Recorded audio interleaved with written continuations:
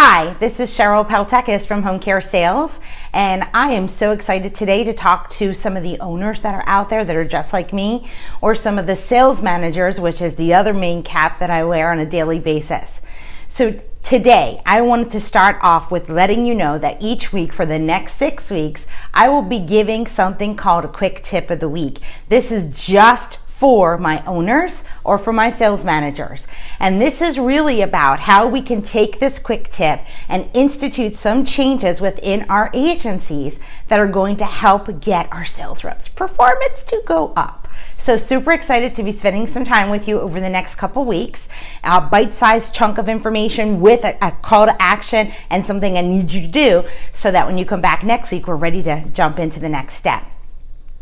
So I know all of you have the best performing sales reps in the business. Superheroes that are out there getting all of our patients identified to receive help.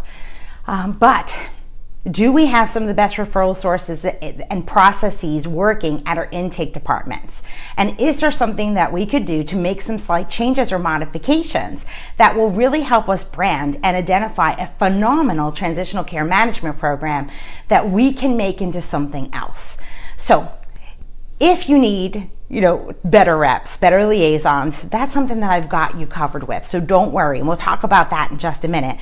But first, let's go over and kind of review some ideas or suggestions on your referral process. So today, for every single referral that comes from an inpatient facility, what are you currently doing to help that patient transition back into their home? How are we making sure that they're going to be seen by a PCP? And what steps are we doing to communicate back to the PCP to kind of encourage them or motivate them to make that first visit so that that patient can can be able to transition home and stay out of the hospital, which ultimately affects our outcomes and makes our report card either phenomenally wonderful or really in poor shape if a patient does go back into the hospital. So obviously we get the referral. The first things we got to do is what? We have to verify the insurance. We have to make sure they have eligibility. If they are a Medicare client, we have to do a face-to-face encounter. If they're not, we may have to get authorizations. Now, we also want to make sure that we're doing a couple more steps to have a phenomenal transitional care program. And that is, number one, identifying who that PCP is and making sure that we have a letter that we craft that we send over to the PCP. That letter could just say, hey, Dr. Jones, we at XYZ Home Health or Hospice or Home Care has gotten a referral to be providing care for the patient.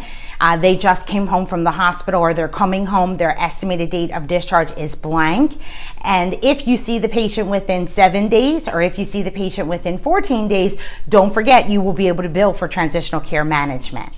So I want you to know that doing just that little letter, that quick, simple fix, and making sure that you're communicating back to the physician are really going to be very powerful, that it's going to be able to help your agency help the physician to bill for the services. So that means everything that you get from that referring facility, whether it be the discharge instructions, medications, H&P, all of that information should be sent back to the PCP. Now, the number one question I always get is, sometimes we can't identify the PCP. I get that. But one of the quick and easy ways that I always have told my staff, pick up the phone, call the patient's home, find out from one of the family members if they can find a prescription bottle in the home.